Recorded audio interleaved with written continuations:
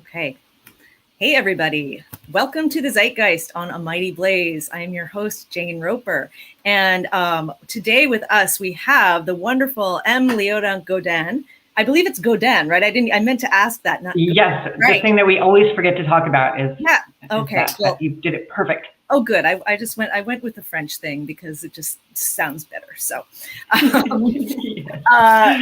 Leona is a writer, performer, and an educator who is blind. Her writing can be found in publications including the New York Times, Playboy, O Magazine, and Catapult, where she writes a blind writer's notebook. She's also the founding editor of Aromatica Poetica, an online magazine exploring the art and science of smell and taste. I love that. I really need to check that out because it sounds... Yay. Well, I would definitely be honored to have a submission from you or anybody listening out there. So putting that out there. Okay. Yeah. Well, I think there's a link to it from your website, right? So maybe we'll throw up a link there. Cool. Let's see. Leona has written and produced 2 plays, The Spectator and The Blind Man, about the history of the invention of Braille, and The Star of Happiness, about Helen Keller's time in vaudeville. Leona holds a PhD in English literature from NYU and has lectured extensively on art, accessibility, disability, and technology. Her first book, Their Plant Eyes, A Personal and Cultural History of Blindness. I'm holding it up here so everyone can see its beautiful purple cover. It probes the ways in which blindness has shaped our ocular-centric culture, challenging deeply ingrained ideas about what it means to be blind. It's interwoven with the author's own gradual loss of her vision and the way her blindness does and doesn't shape her life and identity. So I'm excited to jump in. I loved this book, and I have so many questions I want to ask you about it. First, I'm going to do a brief visual description, and then maybe we can even explain what that is. But I am Jane Roper. I am a white lady with light brown hair that is in updo because it is so damned hot, and I'm trying to stay cool. I'm wearing dangly earrings, and I have blue eyes and freckles that are sort of visible, and I'm sitting against a sort of white curtain and a fake plant. Yeah, in my effort to look like Zach Galifianakis in between 2 ferns, I guess. Excellent. Oh my goodness. Thank you so much, Jane. And in terms of my head and background image description, I'm wearing some new red sunglasses I just got. And I've got some dingly earrings too, which are apparently kind of botanically, molecularly inspired, and a little... my mom just gave me a little warding off the seeing eye sort of stylized eyeball necklace and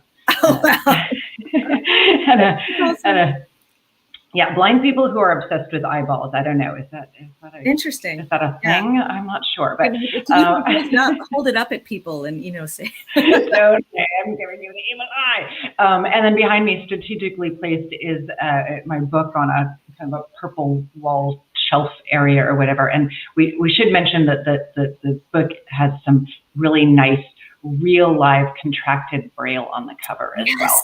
Yes.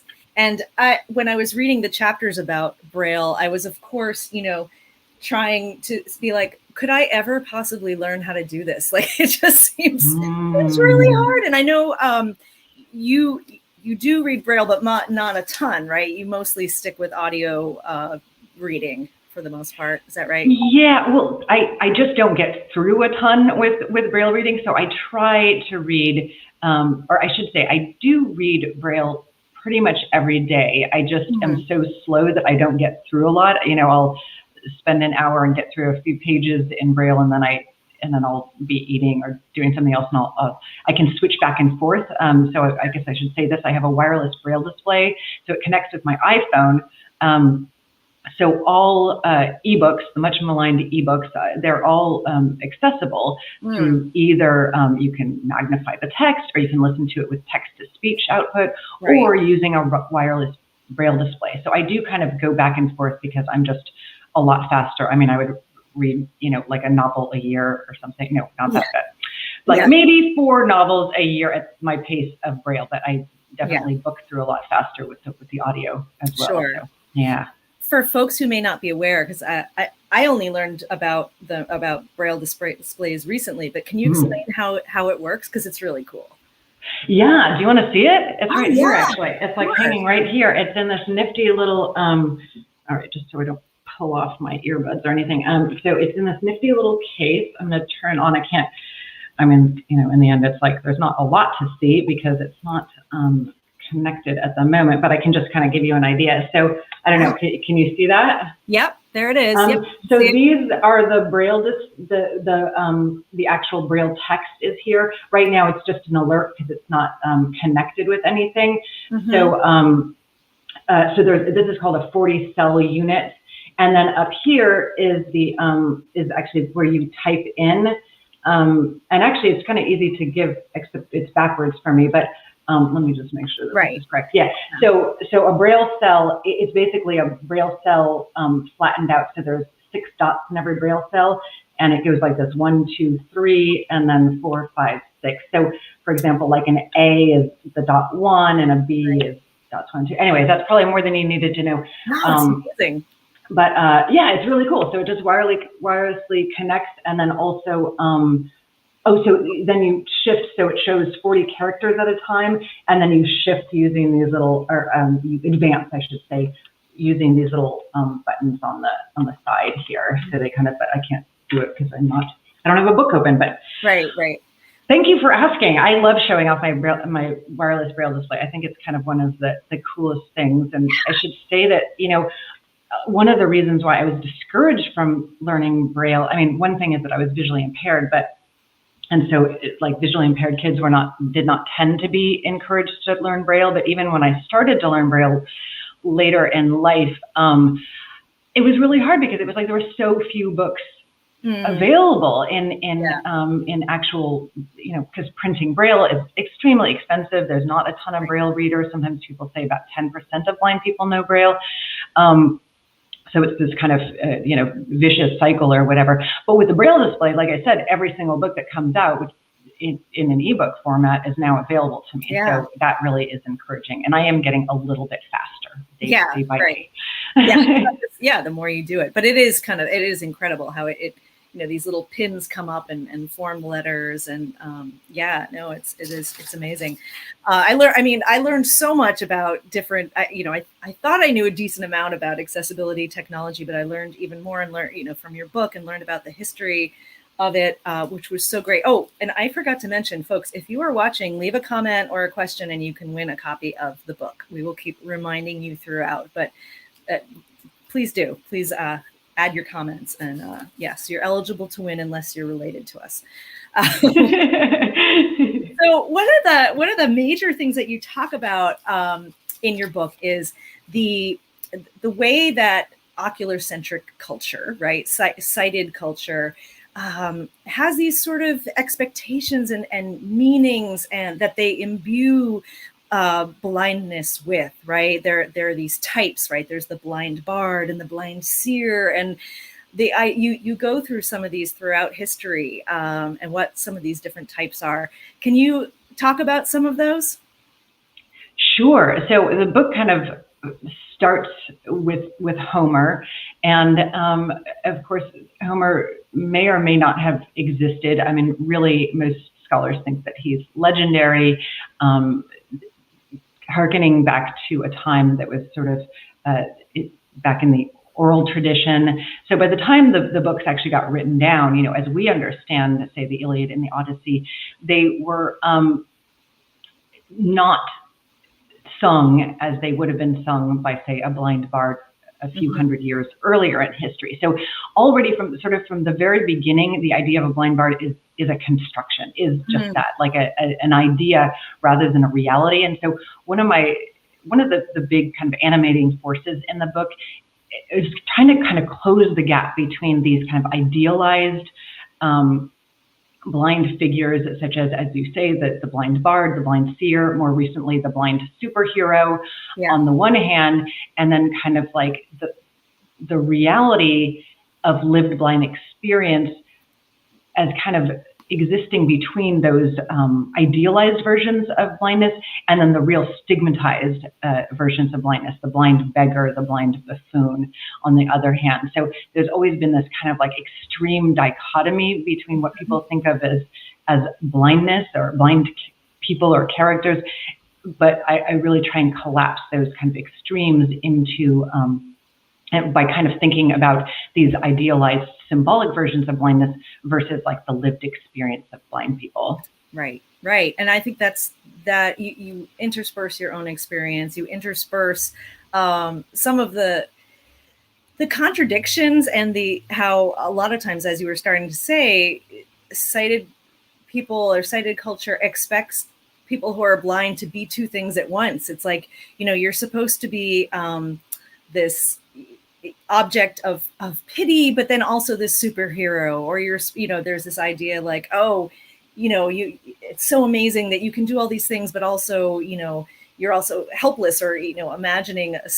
a degree of helplessness that simply is not at all reflective of the lived reality of people who are blind and visually impaired. So where was the genesis of the book for you? What inspired you to write it? Goodness. I mean, in some ways, I've been thinking about this stuff for over 20 years. Let's see. So when I was a classics major in Santa Cruz, I had the first experience of somebody sort of making the connection between my visual impairment. I mean, at that time, I definitely did not think of myself as a blind person, but I couldn't read normal sized print or standard sized print. So I was getting help. Well, anyways, because I'm a masochist and I decided to be a classics major for some reason. And so, helping, I got a tutor to help me outside of class to go through some of these Greek and Latin texts and things.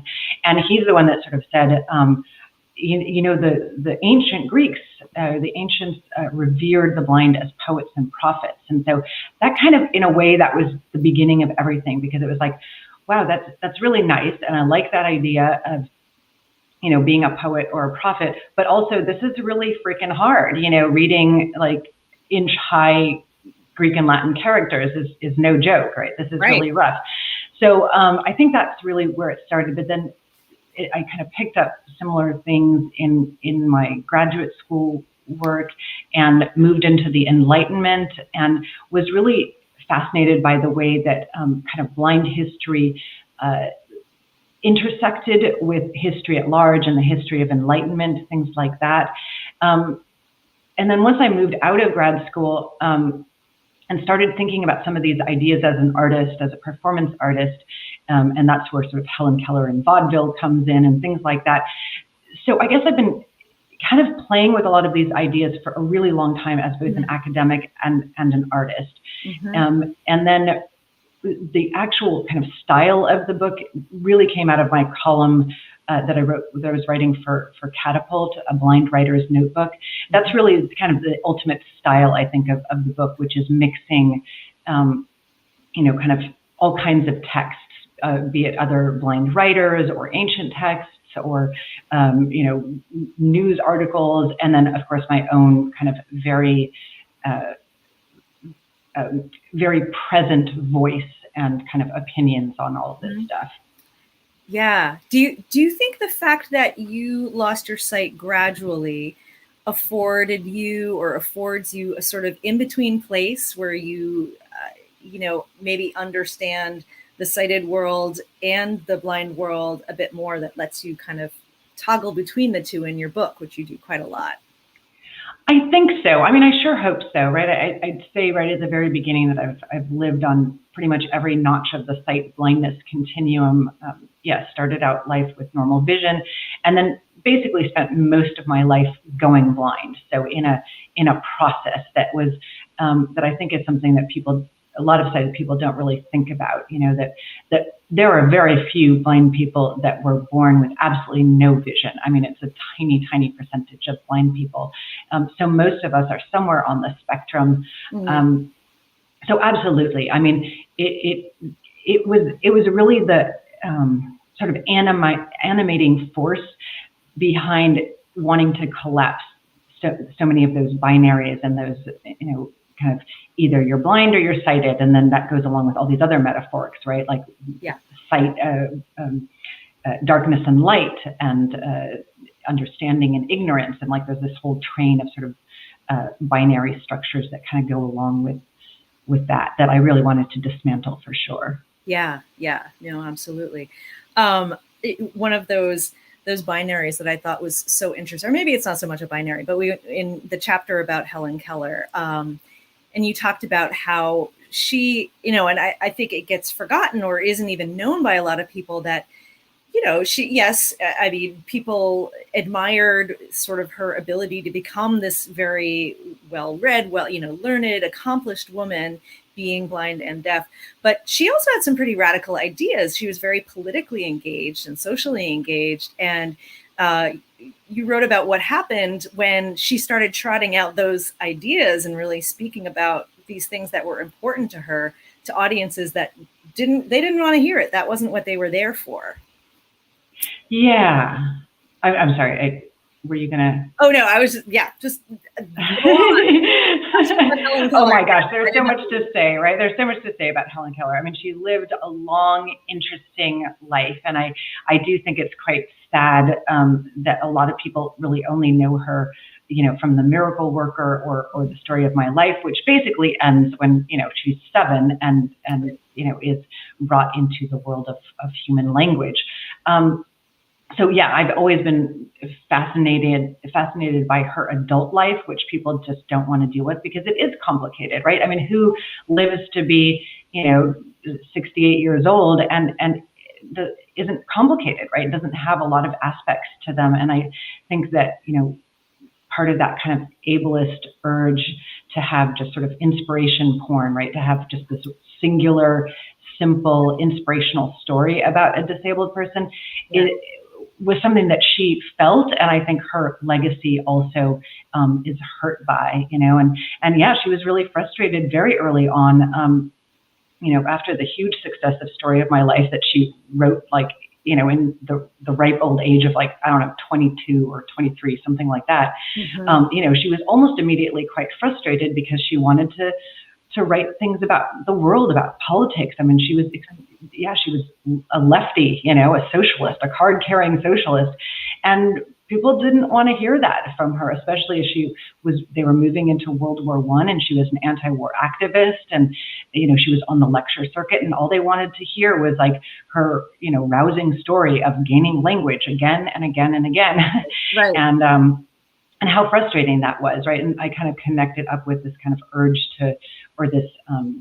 this kind of push for blind and other disabled people to write memoirs. It seems like it's kind of it's maybe like disability light for a lot of people, is if you are telling your personal story, that's okay. But if you try to reach out and talk about the world at large, no. And right. So she talks about that. And then, and then goes on to the vaudeville circuit, not so much because she wanted to be a star, but she needed to make some money and felt right. that as a very pressing need.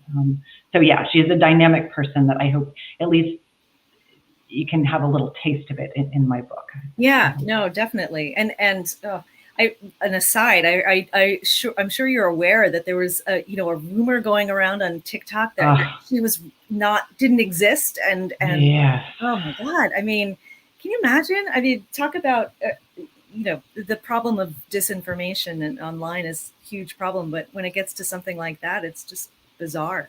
It's that whole truther movement, right? This thing, and apparently, I mean, even Stevie Wonder, who's still very much with us, even he, people are saying, oh no, he's not actually blind. So I think that this really speaks to the fact that many sighted people feel like they know what blindness is because they can just close their eyes, and because they can't do things, with eyes right. closed, then it just becomes this impossibility, right? That other people should be able to have learned and grown in different ways, and that their brains, even as borne out by neuroscience, shows that the visual cortex of people shifts and changes, and especially if you're born blind, you're able to have a really great sort of active visual cortex that has no visual information coming into it. It's all about spatial and sonic relationships and tactile relationships and stuff. So, I think it really is sometimes, empathy or sort of understanding is something that maybe people put a little too much credence on, of oh, well, I can't do that, so nobody else can. And then you can spin out an entire world based on your own worldview or whatever. Right. And it's very unfortunate and frightening. And Helen Keller as well was absolutely the victim of that, where people said, oh, she doesn't actually know anything firsthand. And so she writes this really marvelous book called The World I Live In. And she explains just exactly how she gets information through her, remaining 3 senses and stuff. Mm-hmm. So she felt it. She felt the truther movement very keenly, even if it wasn't that yet. Amazing. Yeah. I mean, it does. It's something that comes up a number of times in your book, this idea that sighted people think blind people are faking, as if they're trying to pull one over on the world. Yeah, because doesn't everybody want to be blind? There's so many perks. Yeah. Yeah. And it's funny because I have a friend, Jim Knipfel, who's written many, many books, among them Slackjaw, which is a really kind of punk rock memoir of losing sight because of RP. And, he said to me, nothing pisses me off more than people accusing me of not being blind, of faking it. And I think it's because, we do, especially we that became blind later in life, it is work, right? I mean, learning a new thing, especially when you're a little older, is tough, and it does take practice, and it does take learning, and it does take your brain learning a new way of accepting and interpreting information from the world and stuff. So I think it's very frustrating for a lot of us when, we do work hard to get around and ride the subways by ourselves and things like that. And then people saying, oh, no, you're not blind, because if you were blind, then you wouldn't be doing this. Right. So basically, it just keeps us in our place, right? It's like, oh, if we get out into the world, then we're not blind. Right. So thanks for bringing that up. Yeah, no. Well, and you speak, I think that learning process is so fascinating to hear about. And I imagine, for how it works in the reverse. I had no idea that really people who have regained their sight after, being visually impaired or blind, they really have to learn how to see. And you get, because the neural pathways aren't there. You're used to in taking in the world through other senses. And so of course your brain adapts, or even just that's the way your brain processes information. You gave the story, an anecdote I'd love you to tell about a guy who regained his sight and he had trouble with his pets, right? Yeah, there's actually 2 versions of this. It's funny. Oliver Sacks, who is just a huge amazing hero of mine. He wrote about this guy named Virgil, or I think he named him Virgil, to see or not to see. And so there's that story kind of a man, I guess it was probably in the 80s or 90s, who had cataracts all of his life. And it was actually his fiancée who kind of pushed him to getting a cataract operation. And things did not work out. So he had, a very comfortable life. He was a massage therapist. He loved to listen to baseball on the radio and things like that. And so he wasn't really all that interested, but she kind of pushed him into doing it. And it was a real struggle. I mean, things did not go well in this story that Oliver Sacks tells, but in a way that is near and dear to my heart, Oliver Sacks tells the story of Virgil regaining sight, but also, of course, looks back into history to the very first time when a cataract operation happened, which was in the early 18th century. Mm-hmm. And it's funny because there's these 2 stories. This young man who regained sight, or quote unquote, has restored sight, and has exactly the same problems. And one of those problems is not being able to tell the difference between the dog and the cat, the pet dog and the pet cat. And so both of them do the same thing. Virgil and this young man back in the 18th century both need to keep picking up their dog, picking up their cat, petting them, and looking at them very closely and being like, okay, now I know you again, and if you think about it, it makes sense, right? That's what little kids do, right? That's what infants do, right? We learn our world by making connections between what we feel and what we see, and it's something that happens over years. And of course, when you're an infant, you have the the extra help of your brain is also growing, right? So your brain can grow in this new way, either blind or sighted, but it takes time, right, to make the associations between the senses. And I think once we're an adult, we think that this is just a given and that our senses are actually telling us about the world around us kind of objectively, but it's really just all the associations that we've made, that our brains have made between these objects, between the senses, between sensing an object with the different senses, I guess. Right. Yeah. And the idea that sight, or, the way the world is seen is purely objective is not really true either. I mean, and exactly. There's no way to really confirm or affirm that what I am seeing is the same as what some other sighted person is seeing. You talked about how different sighted people couldn't agree on describing the color of something when they were all looking at it. I'm so glad you brought that up. Yeah, it's something that I think only blind people are privy to, right? It's like, what color is this? And then all of your friends have a different opinion. What color the very same object is? I think it was. I think it's interesting, and I was doing another interview, and the interviewer said, you say that blindness is kind of on a spectrum, or that there's a lot of diversity within blindness. And he was like, well, I think that that's also true for sighted people. And he actually said, I don't think I'm a very good seer. I'm like, my eyes function perfectly well, but I just don't notice things, and that's just not the way that my brain works. And I thought that was such a good point of, just because you have working eyes does not mean you see everything, and you're right, and that you see things the same way as other people. My partner is always saying, I have no idea what that, I'm like, what did that person look like, or whatever. I don't even know if it comes up in that situation, but a lot of times he won't see things, and his eyes function perfectly well. But that's just sort of, it's not where his attention is most of the time. He's a very internal composer, music person, and so he's not necessarily paying attention to the visual aspects of the world. So I think that's a really interesting point, that there's a lot of variety between sighted people and amongst blind people, and to kind of keep that in mind is useful, I think. Yeah, well, and even what as you were saying, like the different versions of blindness that there are, where some people will see some light, some people see, have some peripheral vision, some people have the central vision and like tunnel vision, and there's a huge variety within the idea of blindness. One thing that you bring up a few times is eye contact. This goes back a little bit to the whole faking thing, but that sometimes sighted people are really thrown off when someone who is blind makes eye contact with them. Can you talk about like how you use eye contact, or you mentioned, it's something that sighted people seem so desperate for is eye contact. Yeah. It's funny because now I do tend to wear sunglasses a little bit more. I feel like I can kind of fake the eye contact a little better.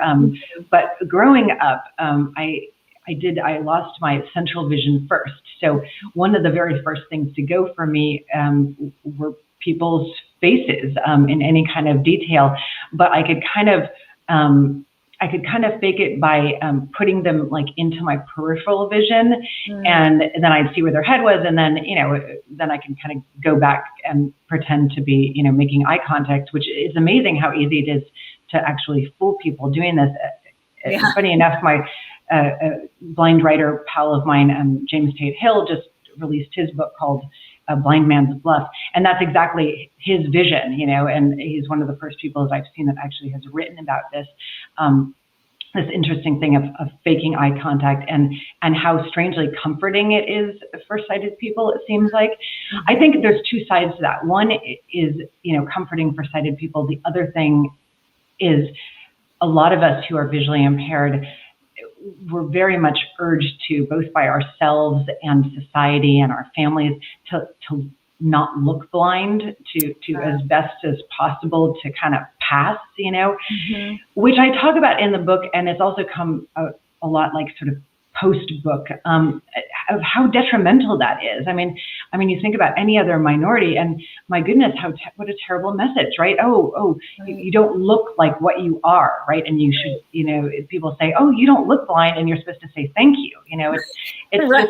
it's like this. I mean, talk about a backhanded compliment, right? I mean, it's just basically you're thanking someone for telling you don't look like what you are. So, right. That you're, good job passing. Yeah. Yeah, exactly. Yeah, it's a terrible thing to say. Now, why do you think sighted people are uncomfortable with it? I think there's a lot of discomfort. And you talk about this a little bit around people who are blind. Where do you think that comes from? Do you think it's, tell me what you think.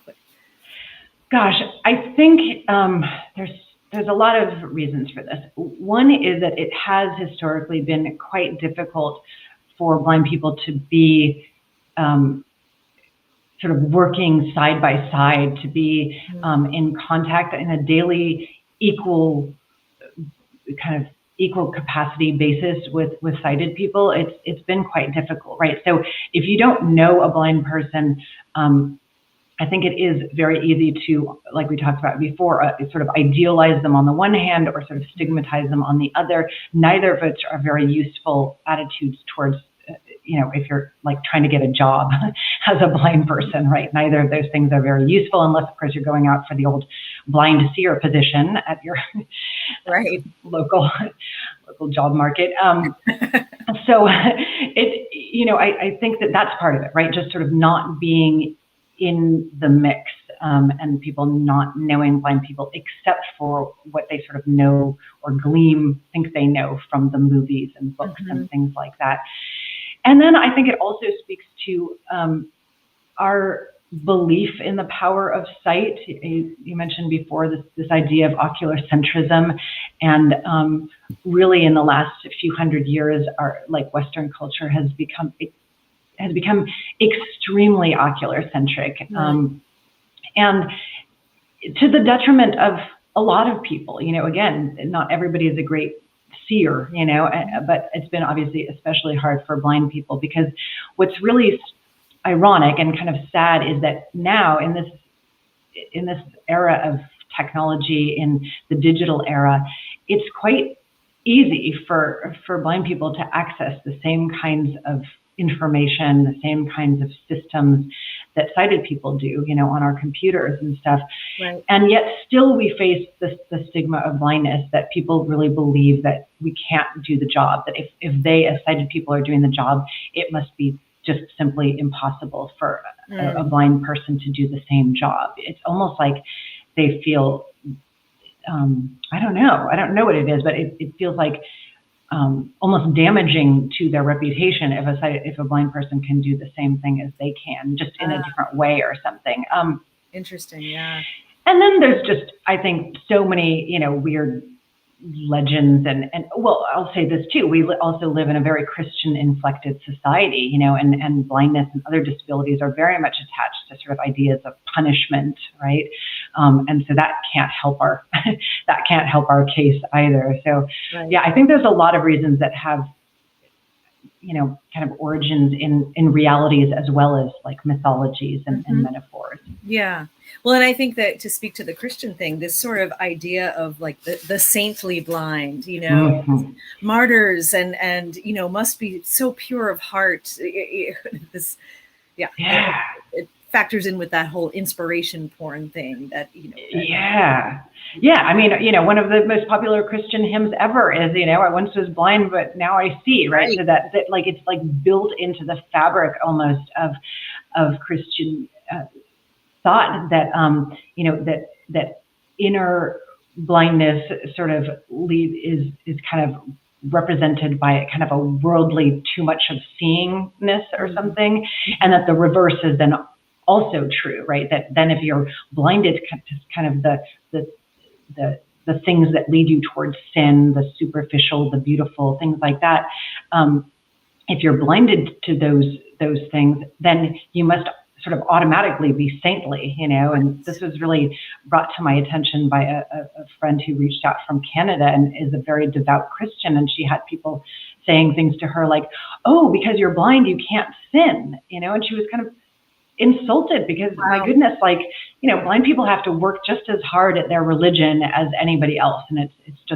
it's unfortunate that there's this like long legacy of, my goodness, all the movies, right, that, people are sort of punished by sightlessness, and then they, the angels sing and they learn to see the light, right? See the truth, the inner truth. Yeah, yes. The inner truth or whatever. Right. Yeah. Right. Yes. If you're blind, you have greater insight. You have and I think a lot of this also comes from this great fear that people have of losing their own sight. I think, to a lot of people that just, they'd rather die than lose their sight, which is, it has to be incredibly insulting to people who are blind and visually impaired. And so I'm curious to, when you began losing your sight and when you knew that ultimately you would probably be almost completely blind, was some of that cultural baggage there? I mean, did you feel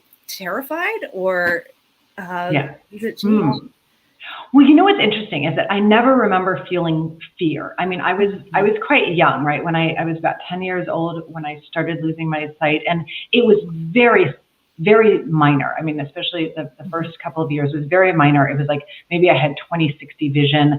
I couldn't see the writing on the blackboard from the back of the class. I mean, it was quite minor. And people have kind of confronted me with this before, even just in early versions of this book where I had a whole room of sort of sighted writers saying, well, you must have felt fear. You must have been terrified. And I was like, no, I was 10, like when you're 10, you kind of go with the flow, know? And I mean, I was embarrassed because I couldn't, especially as I moved into my teenage years. I mean, being a teenager is difficult in the best of circumstances, but, not being able to read, not being able to see people's faces. Like I was embarrassed by those things, but I really never remember feeling any kind of fear. It was really more of like the struggle and the frustration. And yet what you say is absolutely correct insofar as I was taking with me, through my teens and 30s, I was absolutely saddled by kind of the stigma of blindness as, appropriated from the sighted world. I didn't have a lot of, maybe no blind friends, for most of that time. And so yes, the cultural assumptions about what it is to be blind was something that I was very afraid of, right? I never wanted to pick up the white cane. I didn't want to look like a blind person. Again, that goes back to that looking like a blind person thing. Yeah. And it's really detrimental to our growth. There's a lot of us that have, the vast majority of us are coming to blindness having been sighted people. And it's hard to get over those stigmas. And that's why I put so much pressure on the idea of blind culture and blind pride, because I really feel like us worrying about looking like we're sighted people keeps us from being the best blind people we can be. Yeah, right. Oh, that's great.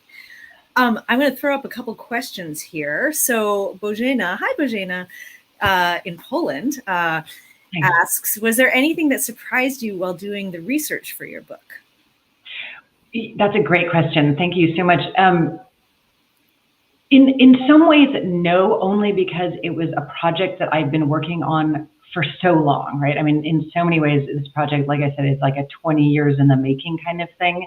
Mm-hmm. On the other hand, one thing really came to the surface for me, which is that I think we need to be just a little more kind to each other as blind people, that we are going to do things differently, and that it's not the same to be born blind as it is to go blind when you're 50. It's simply not the same thing. And I think there can be, because I think we're so, fighting that ocular-centric tendency in our society.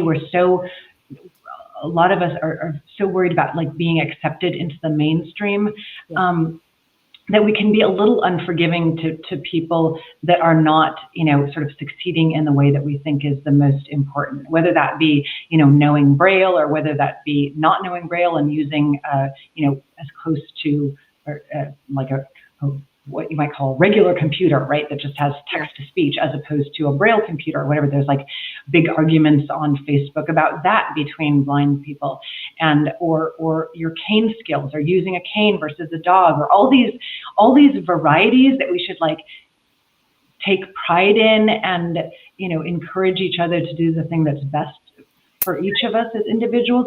We kind of try and be a little bit too adamant about the way that I'm doing it is the only way to be. And just allow for the diversity, so that also we can show that diversity to the world at large as well. Yeah, well, I think for any group, there's always going to be infighting, but I think it's also it's important for people who are sighted, as the case with any minority group, you can't think of them as a monolith, right? You can't assume that all blind people are going to feel the same way. You can't ask one blind person to be the spokesperson for all. I listened, I don't know if you happened to catch it, but there was something that was read on the Daily, the Sunday read, about the idea of blindness as a performance, but it got into the controversy over casting a sighted actress. Oh, sure. That's by my friend Andrew Leland. Oh, yes, probably. Yeah. So, yes, he was writing about, and I guess that was, is it the National Federation for the Blind? Yes, yeah, National Federation of the Blind. Of the Blind. Very important, yes. Right, yes, I guess that makes more sense. Who were, staging big protests, but then at the same time, there were other people who are blind who were saying, well, yeah, it'd be better if there was a blind actor playing this part. However, let's appreciate the fact that maybe this is exposing the wider world, so that there is disagreement even within the ranks. Yes, of course. And I think you're exactly right. And that's why that piece was so great and so nuanced, because, Andrew is sort of new to the world of blind. He also has a progressive eye disease. And so he is also, sort of straddling the sighted and the blind world. And I think one takeaway from that, though, is, or at least one way in which we might have a slight difference of opinion, but I think it's something to kind of think about, and that is, what is a blind actor to do, right? I think that's one of those things that just the very idea of having a blind actor, it kind of doesn't necessarily compute in a lot of sighted people's minds, right? And wonder, how will they ever have a foothold if there's constantly sighted people playing us quite frankly in very stereotypical ways. The whole blind face thing and stuff is a tough call. I don't think there's one easy answer, but I do think that as the blind kids are coming up, and they're so hip, and they are so connected, there are going to be blind actors out there, and I think it's kind of almost going to naturally happen. At least when I'm feeling optimistic, I really do think it's just going to simply happen, is that once you have, people like Mary Lee Talkington, who's a visually impaired actress, once you have more of her running around, it's going to be really hard for casting directors to then say, oh no, we prefer, working with a sighted person. Right. Yeah, no, absolutely. That makes sense.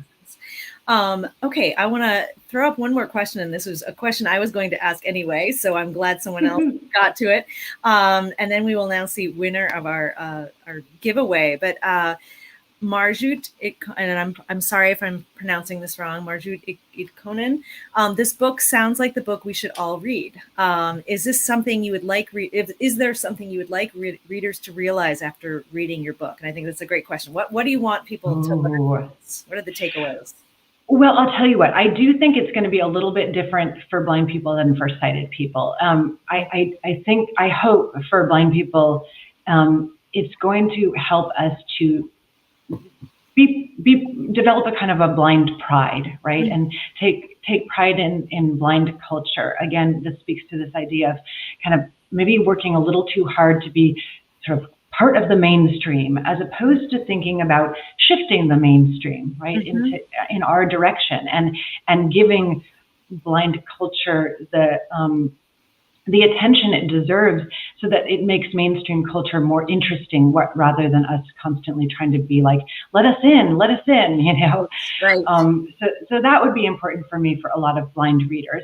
Now, for sighted readers, I think it's a lot of what we've talked about as well, which is realizing that, you know, blindness is not a monolith, that there's as many ways of being blind as there are of being sighted.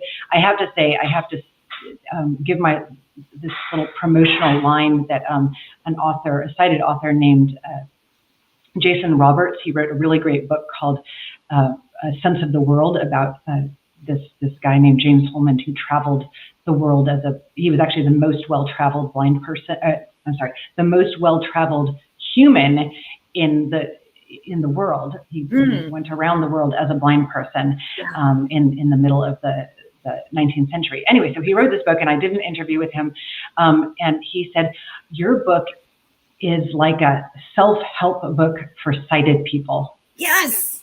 And I really need to get that, you know, I need to get a poster or something. Yes, absolutely is. I'm going to hold it up again here. So that's a good look at it. It's, I really felt every sighted person should read this. I think it really is, eye-opening is what I was going to say. Yeah.